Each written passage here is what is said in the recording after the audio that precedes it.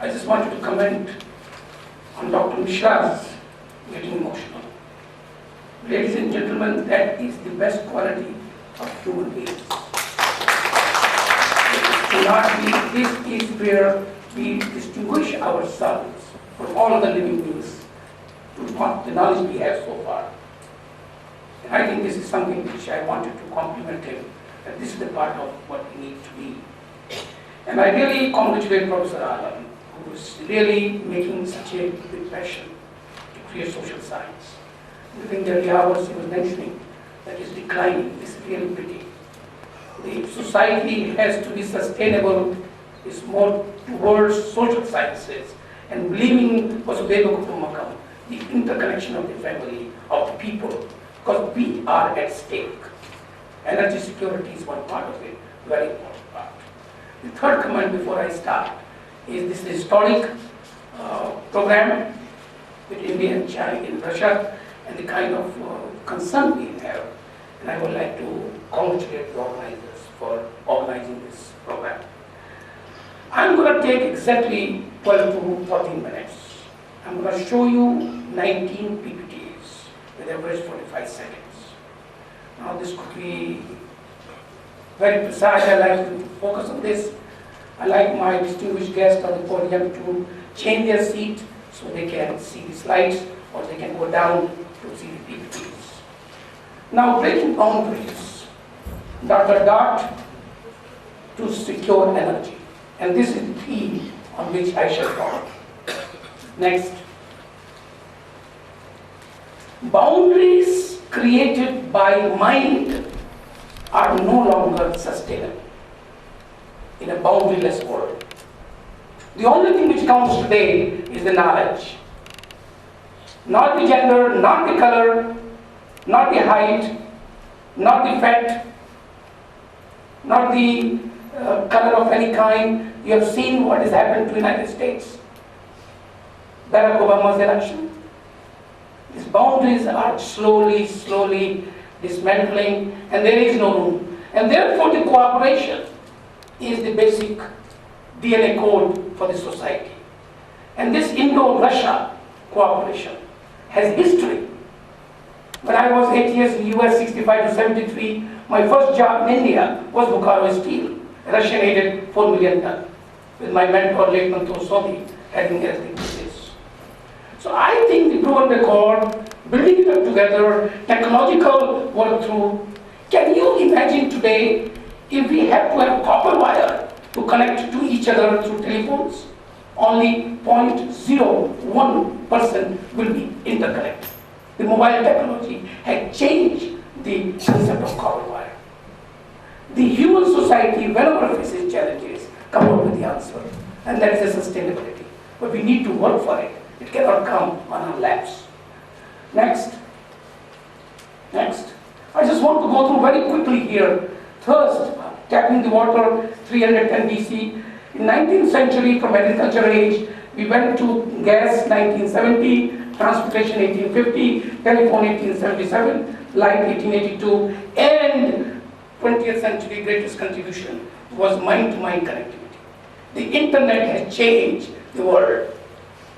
I used to work in late 60s, on the concept of ARPANET, Advanced Research Project Agency Network. That is the time when US and Soviet Union used to have a Cold War kind of situation. ARPANET was meant for defense establishment to be interconnected. The commercial version of that today is what we call the Internet 1990. This is creating a new world order, which we cannot imagine what the consequences will be. Next, energy will be the challenge for the 21st century. Energy, not only physical energy, the energy of all kind, as Professor Mishra mentioned. The energy of the mind is also going to play a tremendous role. The energy not to be greedy is going to be very important. There is an energy to be greedy. And if we are greedy, no energy from the material world can fulfill our greed. That is where we need to have many forums, the soft side of energy and the hard side. Next, we live in a very momentous time slot. Very quickly, I would like to go through the first time in the civilization, global human networks are being formed and reaching for its implications. We cannot find out what the implications are. Only a kid of 12 years or 15 years can predict. Peter Drucker cannot predict. We are too old and too biased.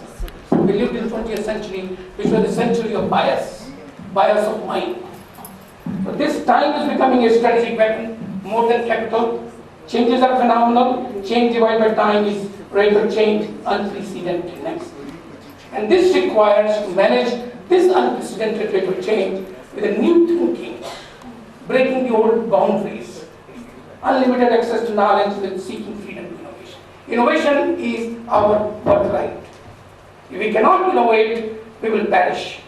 And human beings will not allow itself to perish. Next, why not is the word which I have picked it up especially from Wright brothers. Why and why not are the two major components which will create energy security, which will make our energy security more sustainable. X plus X bar is equal to 1. Y plus Y naught is equal to universe. These two parameters must be asked every time. Don't ask too many times. Why? Otherwise you will be in lunatic hospital. But sometimes a reasonable thing, why are we doing this and why not? This gives rise to new ideas. Next. Certainty is very, I not want to confuse you with mathematics, but certainly I thought this particular diagram and PPT will give the idea of the future. Certainties, probability of that is PM. Uncertainties is 1 minus PM. To reduce uncertainties of the future, what we need to do is to increase certainties, PM. By increasing the certainties, we will reduce uncertainty. There is no other way to reduce uncertainties, ladies and gentlemen. To reduce what is the requirement? Why are we requiring that energy? Are we not wasting our transmission and distribution losses? How do we have conservation of fuel? How do we increase our efficiency? What do we need? How do we content our need? All that probability is increasing the certainty. Next, there are 3 ways of taking decision at any point in time. The first one, I1 as you see in the center, PJ probability, we know what is going to happen. We know what is our requirement. We know what is our reserve. We know all that. The other is we don't know something new technologies, new innovations, new cooperation between India and Russia, new way of working, scientists working together, social scientists are working together with economists, with no one-upmanship. Those are the ignorant area which is blank, I2, and the third is half green and half blank. We know half of it. These are the 3 circles which is there in every decision-making process. Full stop. What we have to do is to explore which is blank and to fill up what is half full. Next, I would just like to mention a couple of these things. Improving the probability of controlling the future. Today, whatever we are doing today is to protect the future, not to do firefighting. The moment we do firefighting, ladies and gentlemen, we have no future. Full stop. It is Newton's law of gravity. It is as true as apple falls down. The more we are involved in firefighting, we are destroying the future. Because firefighting is to preserve the present. R&D, technology, these are all future oriented. And half of the time, 60% of our energy is firefighting. This issue, that issues. How do we do this? Project management is now, in the last 10 years, is the backbone of the society. United States, UK, and China today, there are 127 universities in China who are giving BS level degrees in project management. 87 universities in China who are giving master's degree in project management. They are creating these people to manage projects which has nothing to do with construction. It is a true projection of dream, projection of vision, and management is to awaken the dreams. So this is a very important program, and I would like to compliment the director, Dr. Mishra, for this kind of working together and Professor Aram support. How to make sure we have security which is futuristic. Next. Birds that flock learn faster. So do organizations that encourage their employees to flock. Now this is by a French philosopher. But now if you look at the meaning of this in our context, so do the countries that encourage their scientists to flock together. The scientists, the brilliant scientists who have been working in Russia, the scientists of all kinds in India, they work together with other scientists globally. Not only by two, we can have bilateral working, but ultimately it's a global working. If there's a meltdown today, economically, it's not an issue of one country. The global economy answers have to be found, not by one country, not by having a stimulus of 800 billion. So these are the world issues which require world's attention. And to start with, Indo-Russia is great over the last 50 years working together. How do we have scientists exchanging their ideas? Next, aligning the vision through partnership. The great contribution on technology. Technology and R&D are the major forte on which sustainable future can be ensured. We've got to look at the technologies. I'll mention that in the next slide. That means shared vision and goal clarity, leadership, commitment and among partners, and problem forecasting. What will happen? How do we make sure we give this world better to our next generation than what we have inherited? Next. Now just go back. Projects create value for sustainable future. Projects means future. You take projects for future. And how to manage projects well is important for the nation economies and global economies. Next. This is a very philosophical slide, which I thought would be very relevant. I made this very specifically. Nature has built over billion years based on least consumption of energy. We would not have come so far if we were greedy like monkeys sometimes they become, in consuming more than what we need. Not the material goods, not having 4 cars and 27 feet long cars. We've got to learn how to be minimum consumed without sacrificing standard of living. I'm not against improved standard of living. I'm against the greed of doing something more than what we require. And this is something which is a truth. Nature has come so far based on least consumption of energy. Minimum energy is consumed when? Next. Now this I'm not going to talk too much. There are 3 types of programs, totally new activity like innovations, research, new activity and non-activity. How to look at these activities carefully is where the energy is consumed. Next, how to conserve energy is by making new activity, totally new activity, to understanding what it is. Through research and development, through technology, we convert something unknown to known, unknown to known. That process requires very great cooperation. Next, I'm going to show you the last 4 slides. Nature has built over billion of years based on least consumption of energy with maximum delivery. Minimum energy is consumed when you are truthful, high ratio of ownership, professional, process-based working, first time right, optimization at global level. These are this contribution for working together as the 2 countries in joint commissions and understanding from each other without any barrier. Next, societies and corporations must aim to optimize the ratio of what we are creating to what we are maintaining. If the future is to create something for future, maintain is to be greedy about what we are doing right now. If this ratio is less than 1, we are going to perish. Societies will perish if they are too much concentrated on the present value, not the future.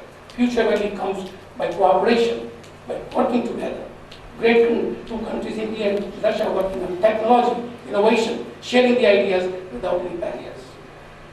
Last 2 slides I just want to show you. Optimization of whole is very important. When we say what is it in it for me, what am I doing, what is the benefit I get, that is going to be very disaster when we look at energy security map. We have to look at the globe as a whole, India as a whole, working together as a whole. What is the best thing for that? Next. These are the concerns in the energy security map. Living species, except human beings, have maintained the minimum level of energy. The trees, the plants, for the billion years they don't consume more energy. They require that much energy and consume. But in our case, we consume more because of the greed. These are the 4 major parameters. Solar energy is in nature. We must tap the solar energy. We must reduce the capital cost per megawatt to less than 10 crores and 7 crores. For the coal, it is 5 crores per megawatt. We got to bring that capital investment, we got to do research, we got to work together as a globe to see how do we harness solar energy, because that is abundance. Wind energy, which is also nature, tidal energies, non-conventional other resources. We must focus ourselves in this new domain, like the mobile phones, not the copper wire. These are the new dimensions, 5, 6, 7, where we must bring our society to find out what we can do. Energy conservation, previous slide, madam, this previous slide, energy conservation and being less greedy and selfish would be the nation's fifth component. Next, last 2 slides. Third, everything what we are doing is with reference to the time and activity. We must be sure why are we doing this? Why are we doing this? Awareness, why dimension? Potential energy of working together as a homogeneous group to solve the future problems. Next, this was based on the St. Petersburg speech in June 2005 when there was a conference on project management. Next, project thinking, out-of-box thinking, and non-conventional thinking, like non-conventional resources, is going to be important. Next, in the human race, there is no finishing line, because whenever you reach that line, you move on. So in short, I like to summarize my presentation. We got to only look at the conservation as well as understanding what is our boundaries. If we are open-ended with no feedback, the system is unstable.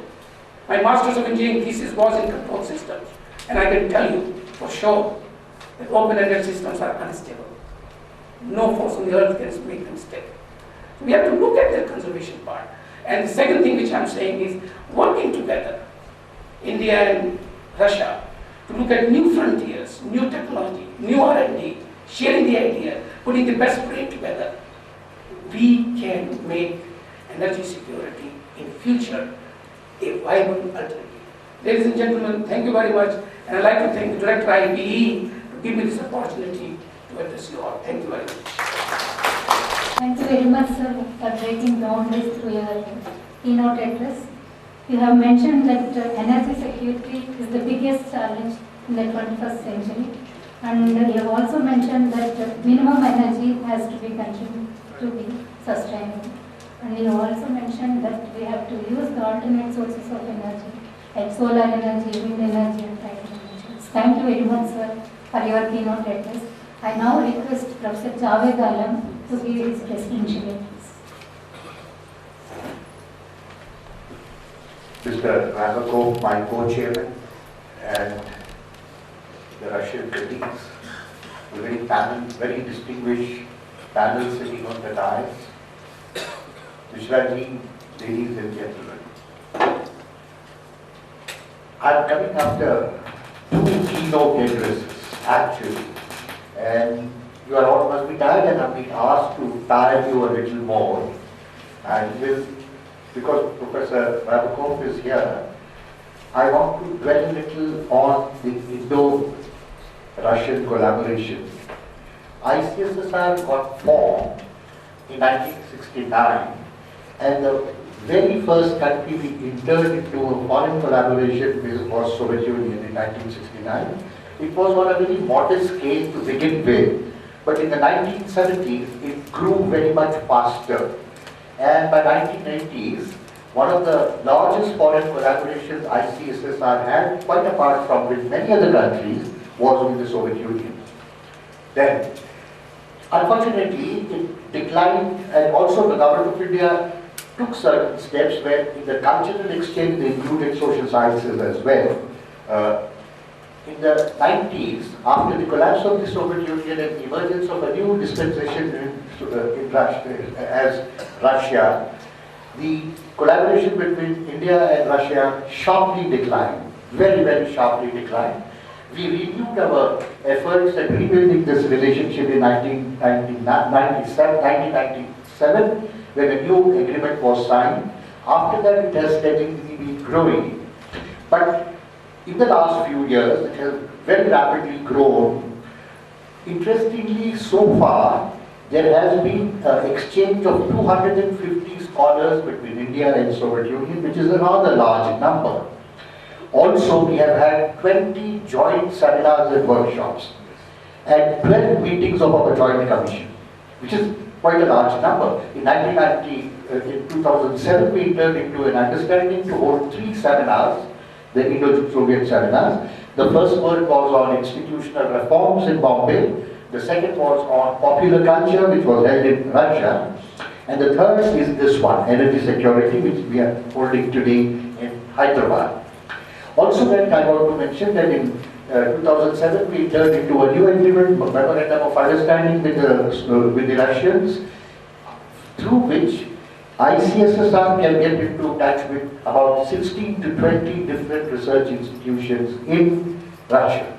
So we are on an upward path, and this seminar is something which is very important in that chain. I think I have to mention that I am not an energy expert like the 2 previous speakers before me were. I know about energy, I am aware of it, I am aware of its importance. But my expertise, if you call expertise, is zero. Absolutely zero. I am aware of the problems as much as an intelligent newspaper reader can be aware of. So I take it from my colleagues who have spoken earlier to me, Mr. Raji, Mr. Aditya, Mr. Shankar, who have enlightened us, that energy security is not only simply the production of energy, it is also, as they did point out, energy efficiency, saving of energy, alternative sources, renewable sources, and many, many other things. I do not want to dwell on it. Having said that my expertise is zero, but one thing which I want to highlight, which generally whenever I have had a chance to attend a conference on the question of energy, I have seen that point getting completely missed out. That is what, as a non-expert, I would like to highlight. When I look at the world map, as a lay citizen, and as a lay citizen who is politically very conscious, when I look at the world map, what is the nature of the energy flow in the world today? That is an important question to ask. What do we see in energy flows, whether through the pipelines or through the oil tankers?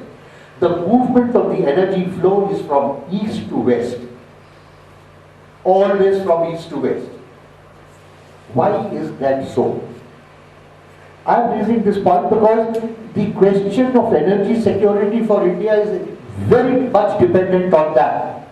Not only for that, I also want to emphasize that the nature of energy security for India is dependent on creating a system of energy security for Asia. India cannot be isolated in terms of what you call energy security. This is the political point I am trying to raise. We have to create something called an Asian security system. In that, one thing is very important. The flow of energy must change. The reason why the flow of energy is from east to west is because of the old imperialist stranglehold over the world resources. Americans and the Europeans controlled the world resources, and they saw to it that energy flows not to south. It flows only to the west, from the east to the west. Therefore, you have the pipelines moving from east to west, oil tankers moving from east to west, very little moves from north to south or west to east. It is precisely here that to create an Asian energy security system, what is required is to break the imperialist stranglehold over the energy control. They hegemonize, they monopolize. That imperialist stranglehold has to be broken, and in breaking that, what we have to strive for and politically struggle for is to create what you call the energy flows in 2 different directions than what exists today. That is, one from north to south and the other from west to east. In that, again making a point which has got to do with the strategically looking at the world in a political way. In that, I think 3 regions are going to play a very, very vital role. One is Russia, the other is Central Asia, which in other words is the old Soviet Union if you look at it. Russia, Central Asia and Iran. Iran is one of the biggest producers of gas, quite apart from being a very big producer of oil. I think these three countries can play a very important role in altering the flow of direction of energy.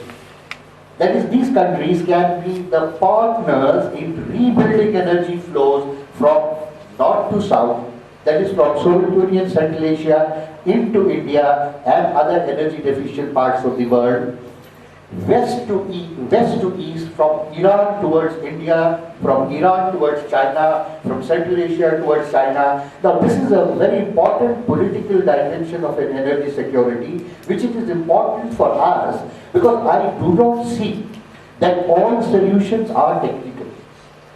The problem with our understanding of some of the issues is we think that answers are in technical solutions. They are not. The answers are in what you call global, changing the global correlations.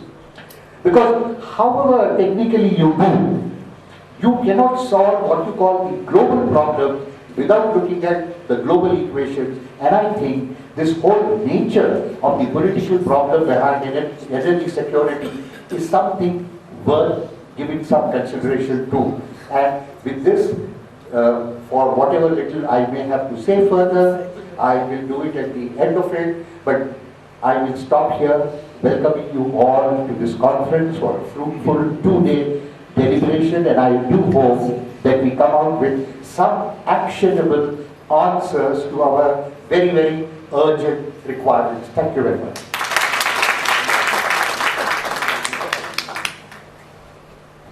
Thank you very much, sir, for your presidential address. And we have mentioned that we have to have collaborations in the energy sector from north to south and east to west, vice versa. Thank you very much, sir, for your presidential address. We now have a small presentation summary of mementos.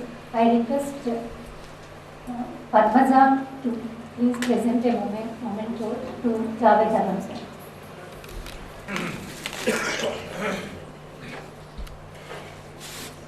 Dr. Padmaja to Javed Alam.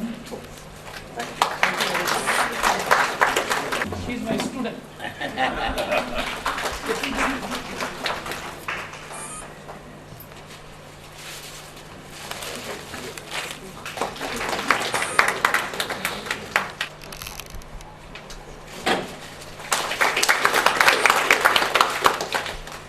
First formal vote of thanks for this discussion.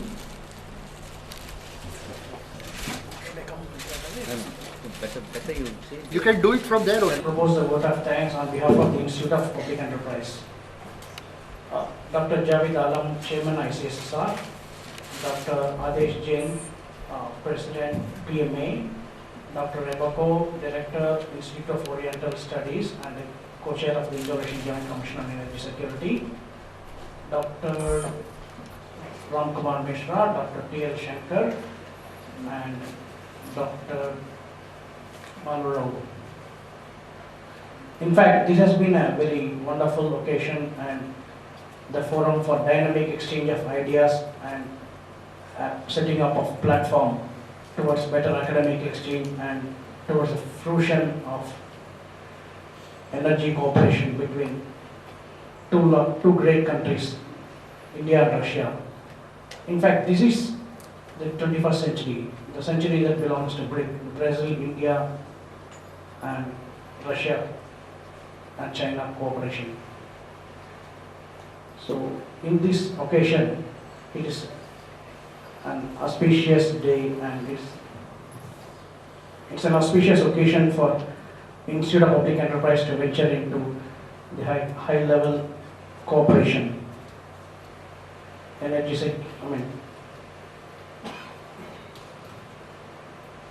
It's indeed a very good opportunity for Institute of Public Enterprise to venture into international collaboration and formulate studies.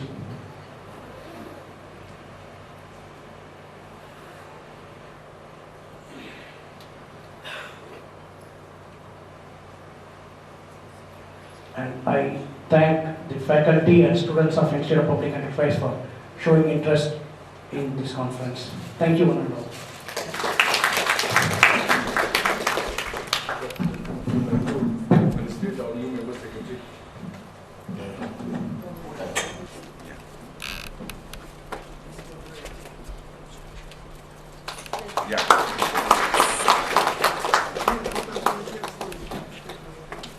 I request all of you to join for high tea.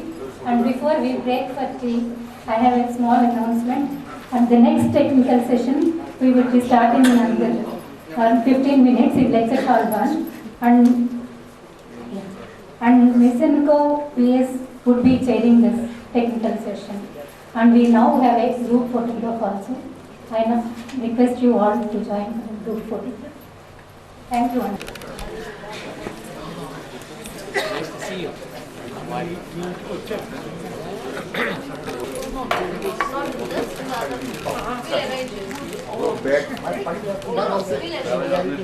बहुत अच्छा है, बहुत अच्छा है।